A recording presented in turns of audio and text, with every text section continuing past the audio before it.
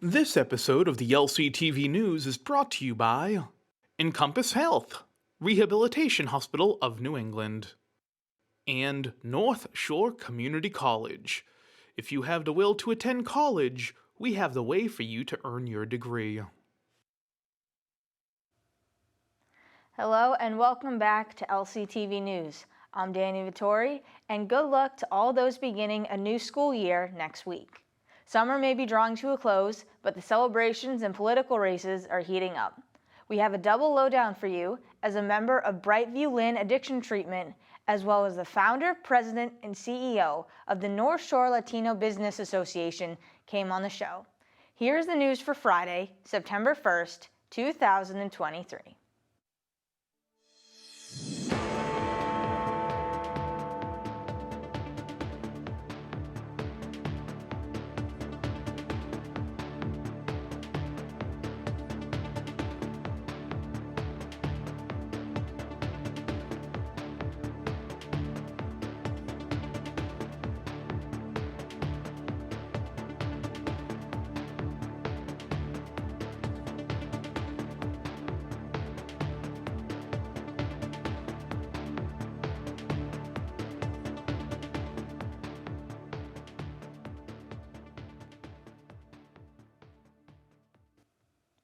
Emily Dulong, a lifetime Lynn resident, was named to the Boston Business Journal's 40 Under 40 class of 2023 in August for her work with the Massachusetts Health and Hospital Association.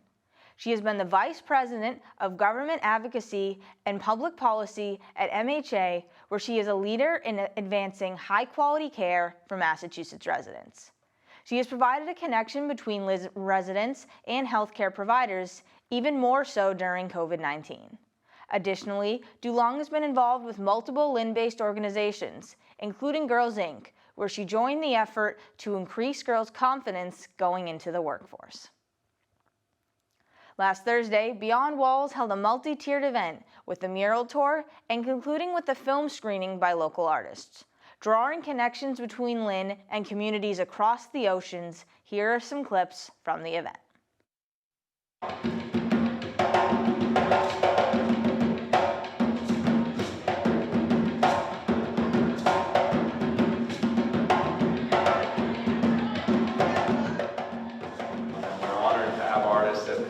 Us have those special moments, perhaps more than any other artist. Really, really special moment. And you do it because of the moments that you have with youth. We've led thousands of youth on street art tours. We've dovetailed some of these pieces into pieces that can be used in the classroom setting. We call it Classrooms of the Streets. But we have these very special moments, and they're often with the artists that we bring in. We work with a community in a rural area of Mozambique. Mozambique is a country, it's in southern Africa, and it butts up against the Indian Ocean, and it's almost twice the size of California. And most of the children had never heard of Mozambique.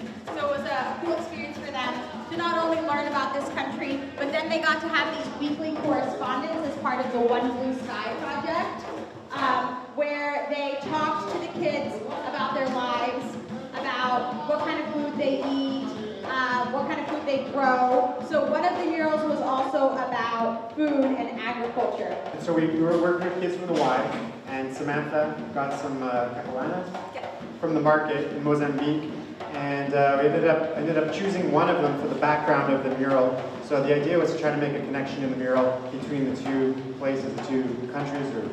And the messages were just about kind of the commonality that the kids had. And it was really sweet to see them kind of light up and share this experience on both sides of it. Cuff McGinn held their annual First Responder Appreciation Cookout, where last responders recognize first responders. This is the first in several years due to COVID-19, so both the organizers and participants were very grateful to be participating once again.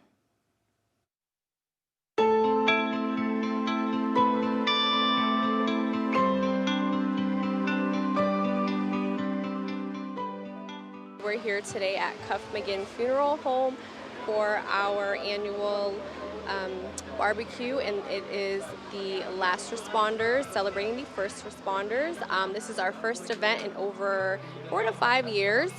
We have been here since 7 in the morning today, setting up for everyone, and it has been quite busy, so super grateful that everybody showed up and that we can kind of give back to the community.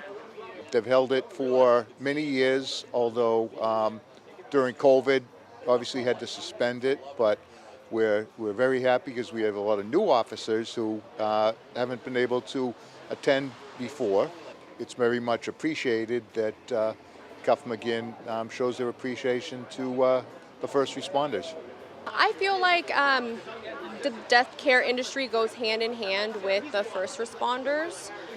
We just kind of help each other out, and it's just a way of telling them thank you for everything that you guys do as well. Yes, it's good. It's a good feeling for a community partner to hold this for us.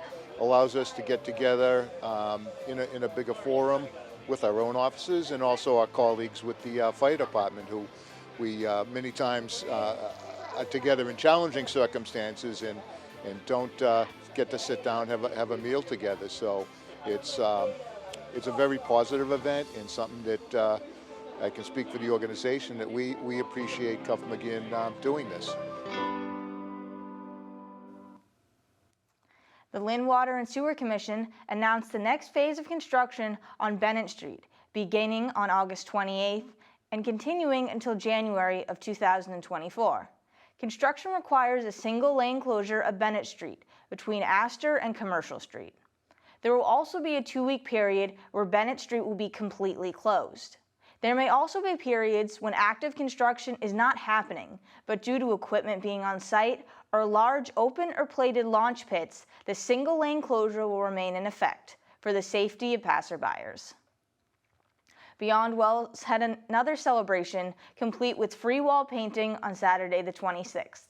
Artists came from all over, from right down the street to a plane ride away. Here is more from the event.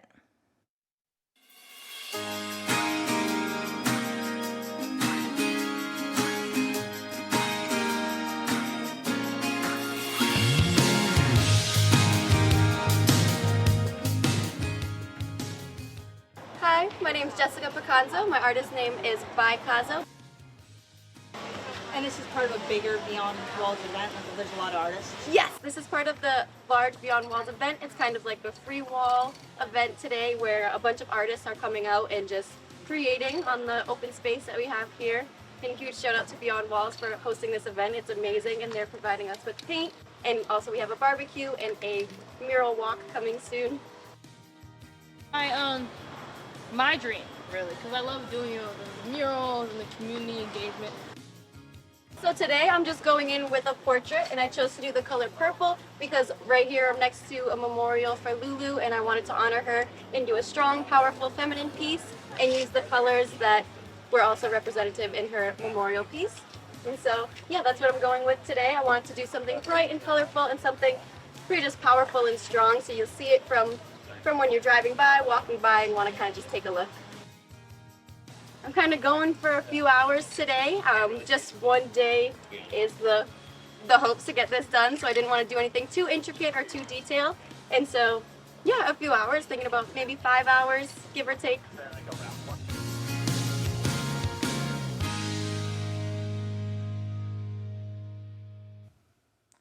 Sunday was also full of events, beginning with the Splash Pad Day at Lynn Tech. Families got the opportunity to bring their kids down to enjoy the splash pads, music, and a bouncy house.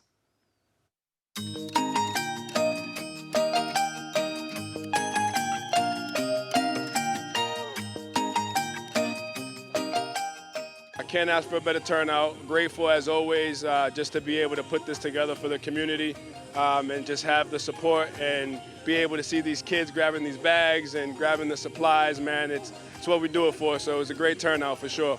A lot of kids out here running around, enjoying themselves. They have the bounce house. They got the skate park back here, which they utilize pretty well as well. So it was good to see them out and about and enjoying themselves for sure. The difference between this year and last year, well, and I'll touch base on it real quickly. I hosted this event last year for my youngest son because he loved the water. This past year we found out that he's autistic and that water is his sensory outlet. So this year, with that being discovered, means that much more to me, and it's more meaningful on why the event got started in the first place. But then just being able to use that platform to give back to the community is always a blessing. The primary elections are this Tuesday, September 5th, with polls open from 7 a.m. to 8 p.m. Wards 1, 2, and 4 are contested races, with councilors in 3, 5, 6, and 7 running unopposed. Only 2 candidates from each ward can advance to the final election on November 7th. For the school committee and councilor at large, all candidates will advance to the final election. It was a busy week leading up to the election as 5 forums took place. To watch them, as well as view candidate profiles and a map of polling locations in each ward, go to lyntv.org. LCTV will also have live election coverage on the 5th, beginning at 8 p.m., where we will be sharing results as soon as we have them. It will be hosted by LCTV board member Joe Scalin and State Representative Dan Cahill, and is available to watch on TV, YouTube, Facebook, and lyntv.org. The Cultural Latino Dance Academy held their Family Day Festival at Frederick Douglass Park, also on the 27th.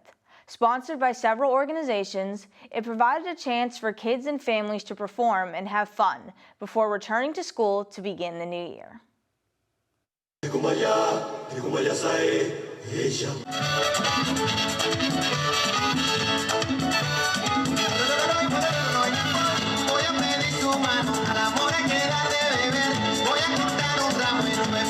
We have CLDA Family Day Festival 2023, sponsored by the Massachusetts Cultural Council, Lynn Cultural Council, and some of our amazing vendors. We just want to get families out before the summer is finally done, and we just want to have an afternoon, with the kids and the families. We invite everybody to come in and support. We have amazing families that are always hands-on, volunteering, and helping any way they can. So we invite all the families to come and join us. Be our guest.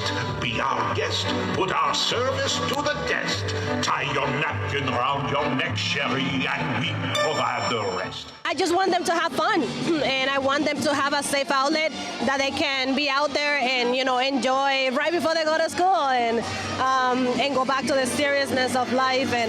But yeah, that's pretty much them having fun and being kids.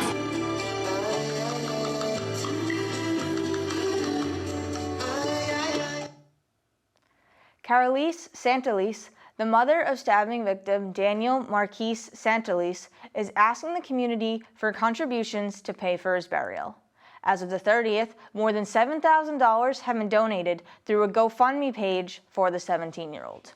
Originally from Venezuela, they had been living in Massachusetts for 5 years, where Daniel would have been entering his senior year of high school and turning 18 in September.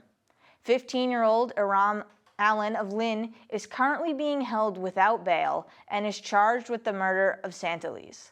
Anyone wishing to donate to the Santalise family can do so through the GoFundMe page. The Lynn Youth Fire Cadet Program graduated their second class of students this past Tuesday, the 29th. A dozen students earned a certificate from both the fire department and the city of Lynn for their work over the summer. Here's a clip from the event.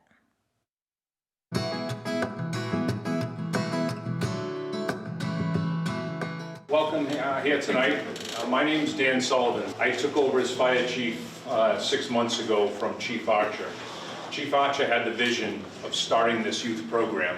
Our team got a bunch of youths right out of the school system, and we exposed them to what we do here in the fire department.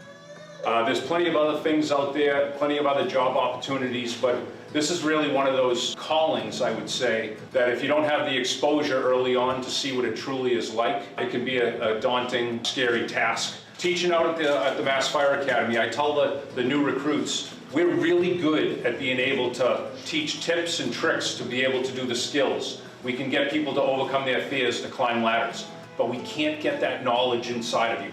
That's on you.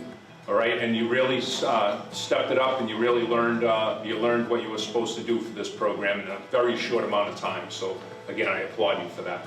It is my honor on behalf of the city to congratulate all the participants of this summer's program. You all did tremendous work, and we are so proud of what you've done this summer and what you've learned, and excited for what you're going to do to serve our community. A huge thank you to the team at the Lynn Fire Department.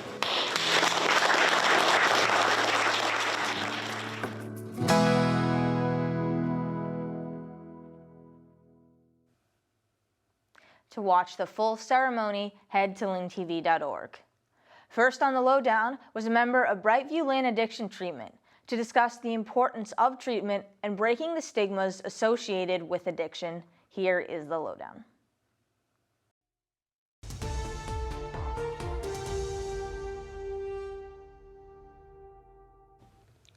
Hello and welcome back to the Lynn Lowdown. I'm Dani Vittori, and today we have on someone from BrightView Addiction and Recovery Center. Thanks for coming on. Thank you, thank you. My name is Daniel Buhay. I'm the Community Outreach Manager for BrightView Health down in Lynn. Great. Now, say thank you again for coming on. And you said you have been in Lynn for about a year or so? Yes, so we opened up September of 2022. So we're going on a year of being in Lynn. Yep, so we're right on Munroe Street. Oh, great. And could you give a quick overview of what your organization does? Yeah, so what BrightView is we are an outpatient addiction care center, so an outpatient addiction treatment center. And we provide, we'll provide outpatient treatment to all of our patients. And with outpatient treatment, patients are able to really stretch that out, over the course of however long they want. And for that, we'll be there for them for however long they need to be, just getting them better one day at a time. That's always the motto, is one day at a time. That's it. And you were even saying before we got on air how great it's been to meet everyone in Lynn, because you're in a relatively new position yourself. Correct. Yes, I've been doing this going on since December. So what is that? Whatever that is, 7-8 months. Yeah. And just since the day I got here in Lynn, it's just been, each time I meet somebody new from a different program, it's just I'm just meeting people who would just have the same passion and motivation just to make Lynn a better place. Mm-hmm. Whether they're from Lynn, whether they just happen to be working in Lynn, it's the same motivation. It's the same goal to make each and every person in Lynn that much better. And it's just being able to meet all these people. It's been very refreshing just to come into a community like this and really just hit the ground running and just try to make this community a better place. Mm-hmm. Definitely. And I'll ask, you hear the word addiction a lot. Like, what is it? How would you define it? I think the one word that really the best way to describe addiction is just acknowledging that it is a disease. Mm-hmm. So it's a disease. It's a disease like any other. It's a chronic disease. It's a progressive disease, and really can be a fatal disease. The medical diagnosis for addiction is substance use disorder.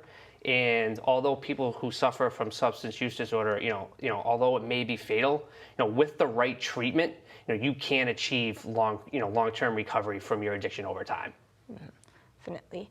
And one thing I think was interesting in the way that you presented it is not only do you focus on the substance use disorder, but also any other factors that could be affecting them, like food, health, transportation. Yeah, that's the thing too. And that's really just kind of a representation of my coworkers in Lynn. Is just they come in and have the same they just care so much about each and every patient that comes through our door.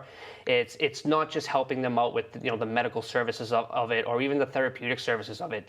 It's just doing the simple things of we want to get you better. If that entails getting you a plate of food, we'll do that. If it entails helping you out with housing, helping you out with getting you an occupation, we're gonna do all that. Outpatient treatment is it's a marathon. It's not a sprint. Mm-hmm. So we want to really help you in every way we can to really let you hit the ground running when you do decide that you want to make better yourself and make a life change. Mm-hmm.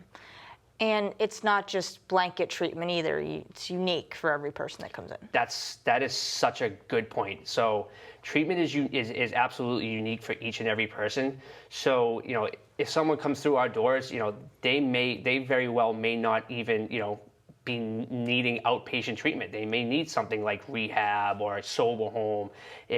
So it isn't one treatment for all. It's determining which treatment is right for that unique individual. For us personally, we do, obviously, like I said, we're an outpatient treatment program. So, we do a comprehensive outpatient treatment program. So with us, when someone comes through our door, we're gonna, we provide medication-assisted treatment for them. So we do MAT program for them, which means, we're gonna give them, medication for any kind of, to offset any kind of cravings they have from their addiction, and to help them with the withdrawal phase of their recovery. That's what we do. And then, it really trickles down from there. Like, we're going to help you with counseling. We're going to do therapy for you, like one-on-one therapy, group therapy, all of that. And then what you kind of said earlier is, when you asked me, is we're going to help you out on the social support of things too, with housing, occupation, food, etc., stuff like that. So we really try to really cover all of our bases and really help the patient as best we can. And another point you made is not only accessibility but affordability. It can be viewed as very expensive. That's another great point. Is there's a few barriers that come along with that a patient faces when they want to get better, and one is the affordability of it. Is us at BrightView, we will take any and all insurances, and we won't turn anybody away at all. Like, if you come through our door, we will make sure that we will do everything we can to make sure you get the proper treatment you need, and by doing that, we'll take all insurances. We are not going to turn anybody away. We want to make sure you get the proper help. And the fact that you're an outpatient service too, it allows someone to get treatment but also still continue on with anything else they have going on in their lives. That is exactly it. Yeah. So that's one thing about outpatient treatment that I really think can really be beneficial to the everyday person. Is not a lot of people can go away to 3 to 4 weeks to rehab and just put their their work on hold and put their family on hold. That's important. Family is important to people. Being able to work and make a living, that's important to people. And a month away will prevent that. With us, that's exactly it. Is you can stretch outpatient treatment out your whole life. You could have an appointment a week, bi-weekly, once per month, throughout the whole, your whole life to ensure that you're going to continue to get better. So yeah, with outpatient, that's why I think it's such a valuable treatment, because you can still get better and still have your everyday life where you're spending, time with your family and still being able to work. So that's why I think it's just such a valuable thing to have, is outpatient treatment. Definitely. So someone walks through your doors, comes in. What's the process look like? So the process is you come in, and you're obviously greeted. You take care of we'll take care of all the registration and all of that, and then from there, you get your medical and clinical assessments. So we'll check your vitals. We'll do a drug screen, and then from there, that is when you'll meet our physician. And while you're with our physician, that is when the physician will kind of determine, what the next appropriate steps may be. If it's medication, we will prescribe you medication, and you will take that medication if appropriate. And then from there, it's you're scheduling your week 1 assessment. So you're coming back just to see how everything's going, but also you're scheduling the remainder of your appointments throughout your outpatient program, however you really may want that to be. But also too, in day one is when you ask what day one is like, it can be different for everybody, because everybody, each person might have a different need or a different issue that they're dealing with. So we want to tackle it as soon as we can. So if someone's dealing with they need housing, they need anything like that, like we've discussed, we're tackling that right on from day one. You definitely are. And another big thing, I said, talking about different barriers, different things you work through. There is a lot of stigma that surrounds addiction, unfortunately. That's it. But so stigma is that's something that it's really tough. It's tough for someone struggling with addiction to deal with, is the stigma of being an addict. And it's the first thing we really talked about, is that addiction is a disease, and people who suffer from addiction, they should be treated like anybody else who's suffering from a different disease. And it's something that people they get harsh judgment, they get harsh treatment because of it. But whereas, like I said, it's a disease that they need help. And it's important to really just educate yourself, Make sure you're educated on, on addiction, get educated on, on Narcan, and really do things like that to really help make your community a safer place. But also just have kindness and compassion for people who are going through addiction, because, it's everybody's affected by addiction, whether it's directly or indirectly. And it's what you do as a community to really help get people better who are suffering from addiction. Because having that kindness and compassion is going to be far more helpful to them than being scared of judgment. That's it. And personally at BrightView, like I think every center is obviously terrific, because everybody who works there has the common goal of wanting to help people. Myself personally and Lynn, I have an unbelievable staff, unbelievable co-workers. They're all just incredible people, where a patient comes in, the second time they come through the door, like, we know their name. They're being called by their first name. They feel like when they come in that, they're being treated like, like a person, really, a person that's, doing the right thing, trying to get better. And our staff, my co-workers, are just, the people in Lynn are just terrific. And we got a really good team in Lynn. Oh yeah, incredible team that you've been working so well and doing so many things. And I'm circling back this a little bit because you mentioned someone sitting at home is saying, well, maybe they themselves don't suffer from substance use disorder, but what could they still do to help? Sure, that's a great question. And it's common too. Like, everybody kind of, not everybody, but a lot of people, they know someone that can be, relatively close to them that is suffering from addiction. For starters, it's being there for them. Just being there for them in every way you can that you think is helping them get better. Don't kind of just treat them in a different manner or a different tone just because they're suffering from an addiction. Just be there. Just be there to support them in any way you can. But and also too, it's get kind of knowledgeable of what's out there in your community. For example, for Lynn, get to know what's out there, for addiction in programs that work with people suffering from addiction in the community of Lynn. There's a ton out there. It's too many to name, and I don't want to start naming and forget and get people mad, have people get mad at me. But there's just so many ways that you can get help, especially in the community of Lynn. So it's just kind of getting knowledgeable and getting educated. And the one thing about this epidemic is it's not going away. It's not going anywhere anytime soon. So the more knowledgeable you become of it, the more people you can help.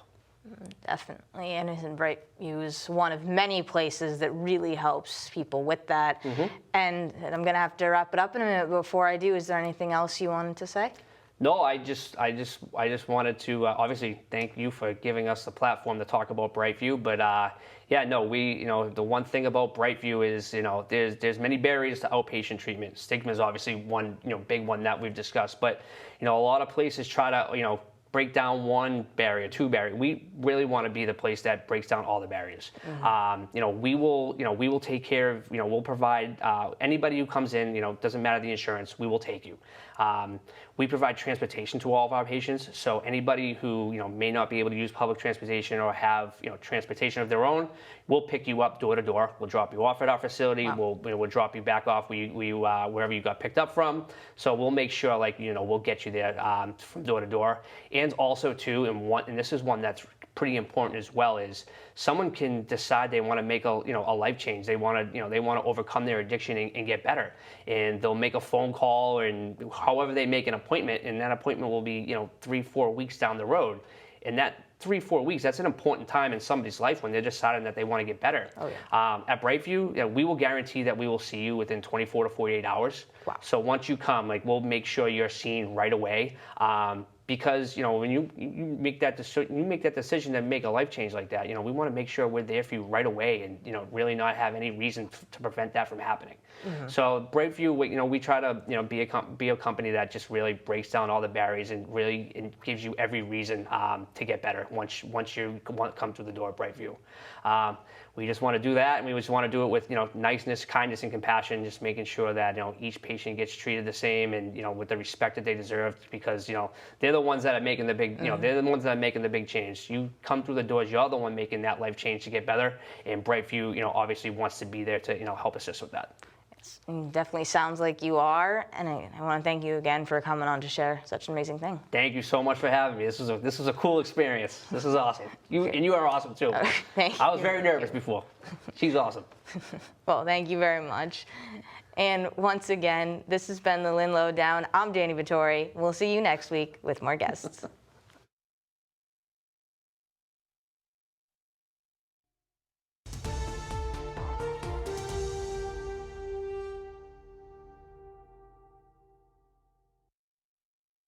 On deck, the sports update.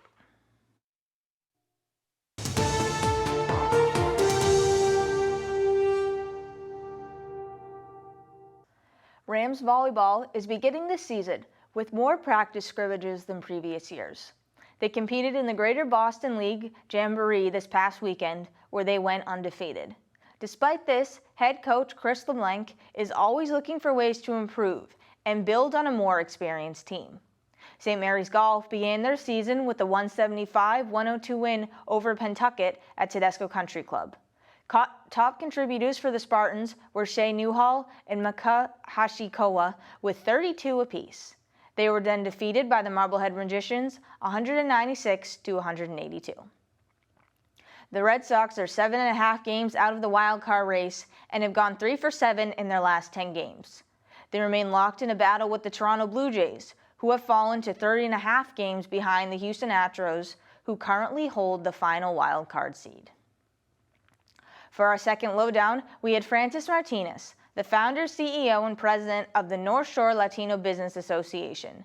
She highlighted the importance of supporting small businesses as well as celebrating their 12-year anniversary. Here is the second lowdown.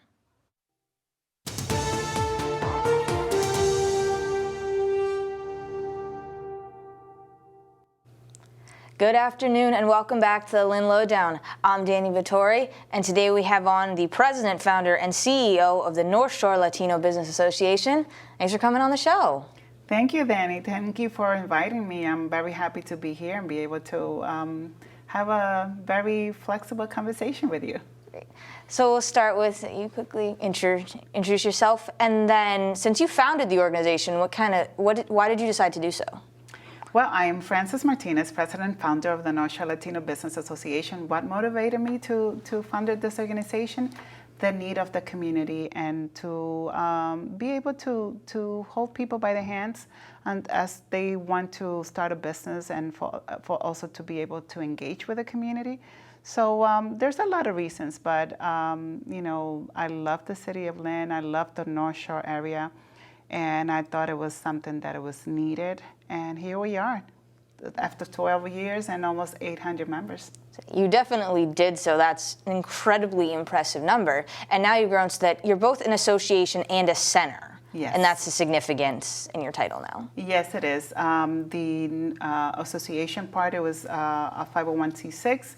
It's a business league organization network where we do more network than anything. But then when it comes to the center, anyone that wants to start up a business, they need you know, a mentor to be able to start up a business or to continue their business or find resources. That's what the center comes in and be able to provide all those information and provide the things that they need in order for them to meet their goals. Definitely. And anyone who maybe would want to get involved in the center, whether it's starting a business or just wants to get more information, what would be the best way to go about it? They could either call the office, would be 781-596-8300. I have my girls there and some of the volunteers that usually come in every single day and provide, you know, information. They could set up a time to meet with me, and we go from there. And we'll build that relationship and the trust that they need in order for them to feel comfortable about starting their business. And obviously, small businesses, they're incredibly important, not just in this area, but just in general. So what would you say is so important to keep them going? What's so important to keep them going? First, if they took that courage to start a business, the only thing that they need is someone to be there and tell them, these are the next steps, these are the things that you need to hold on to. And it's so important because, you know, it's part of the economy. It is something that small businesses are the backbone of every city. We don't only serve the city of Lynn, we serve the whole entire North Shore. And when I talk about the amount of members that we have, is a combination of many cities that are members of the association as well. I will do whatever I need to do to not have a business decide to close their doors before finding if they have all the resources that they need to stay in business. So you're definitely a huge asset to the community. You run events, you do reach out, and one of the things coming up for you is your annual gala, September 17th. Yes, that is coming up on September 17th at Danvers Sport in the city of Danvers. Last year we were sold out a couple of weeks before. I'm going to say that we're very close to that as well right now. We have over 40 tables already sold. So we're going, over 400 people already have bought their tickets, and it's going to be amazing.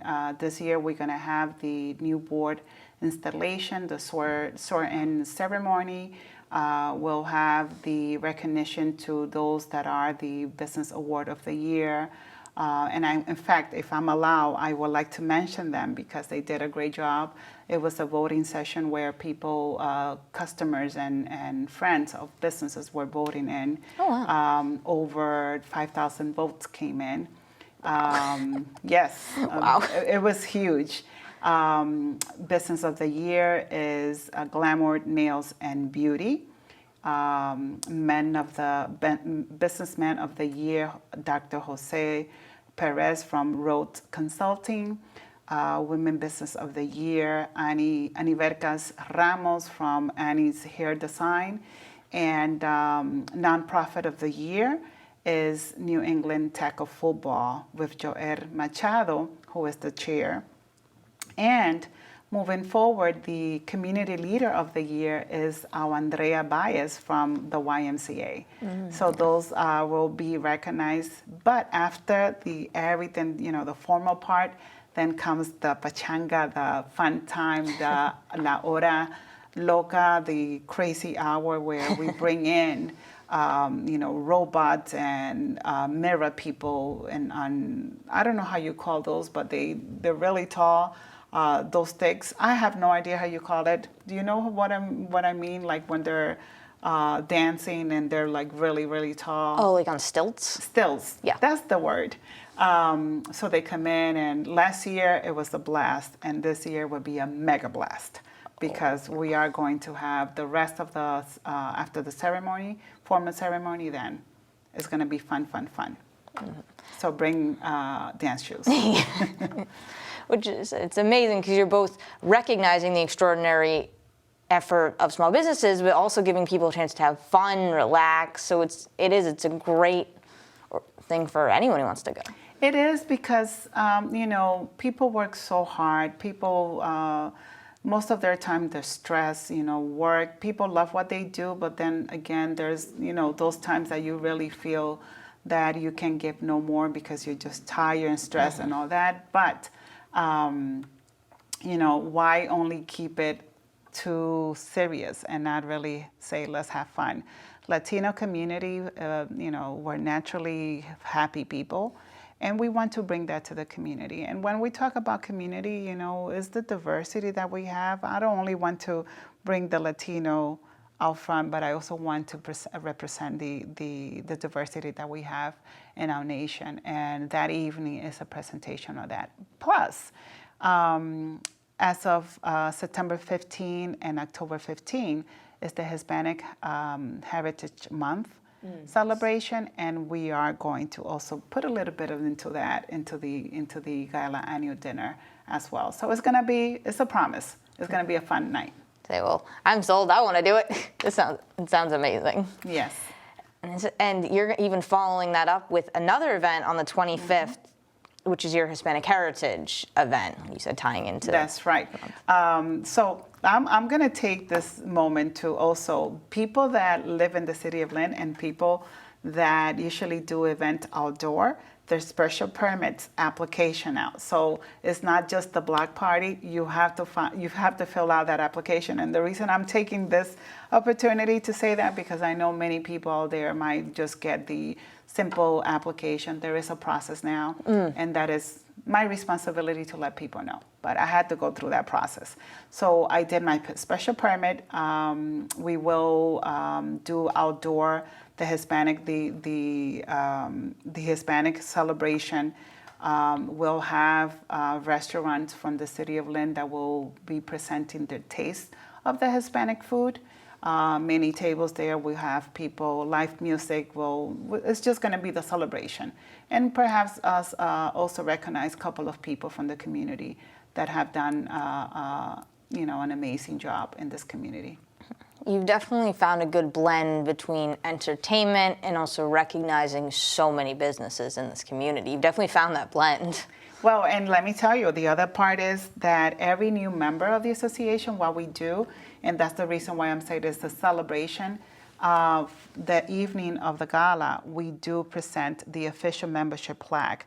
It is a tradition that we do since day one in the association. So before the formal ceremony, we do have a 1 hour prior to the 6 o'clock starting of the annual dinner. We do have the recognition of the new membership.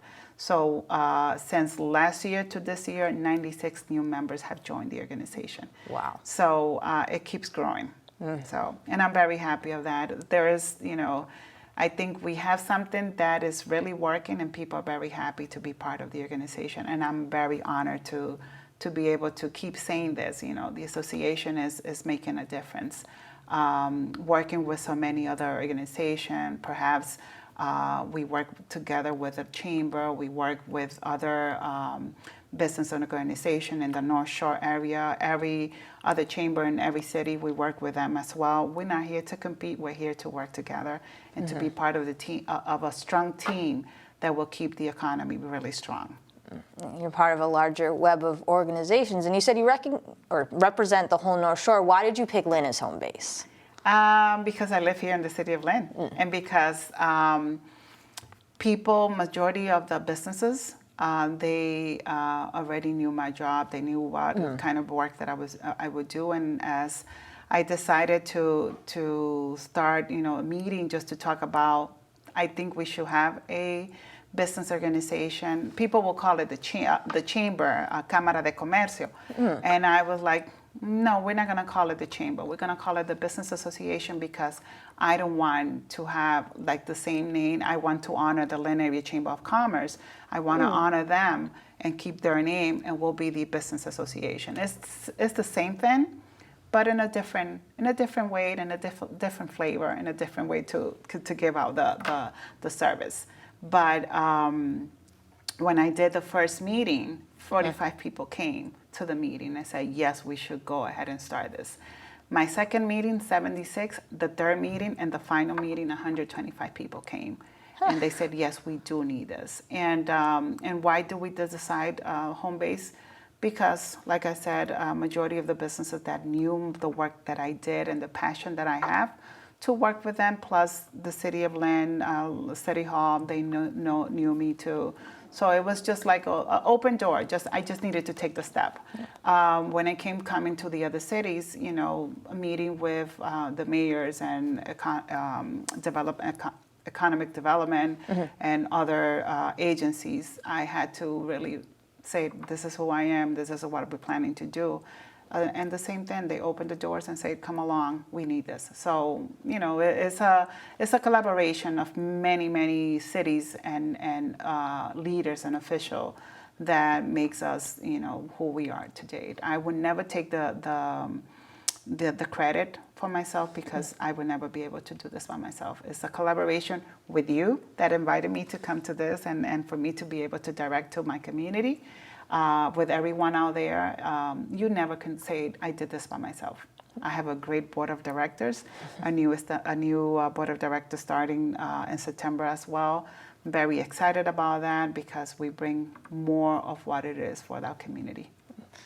Your growth has been so amazing and really impressive and I have to wrap up in a second, but was there anything that I didn't touch on or anything else you wanted to mention about this organization? Spanish.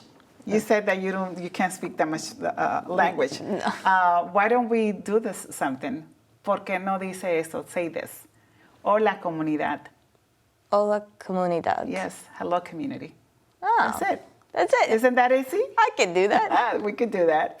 Next time you invite me, we'll do another set of wordings. Sweet. Okay. All right. Well, thank you so much for having me. All right, This was good. Thank you for coming on. And once again, my name is Dani Vittori. This has been the Lynn Lowdown, and we'll see you next week with more guests.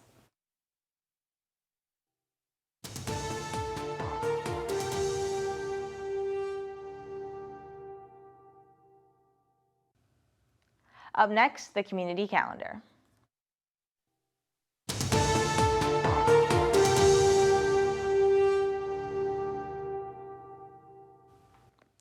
Saturday the 9th is the 43rd Annual Fun and Flea Day, sponsored by the Goldfish Pond Association and the City of Lynn Department of Community Development. The flea market will be open from 9 a.m. to 3 p.m. and usually has more than 50 vendors selling various items as well as resource tables from community organizations.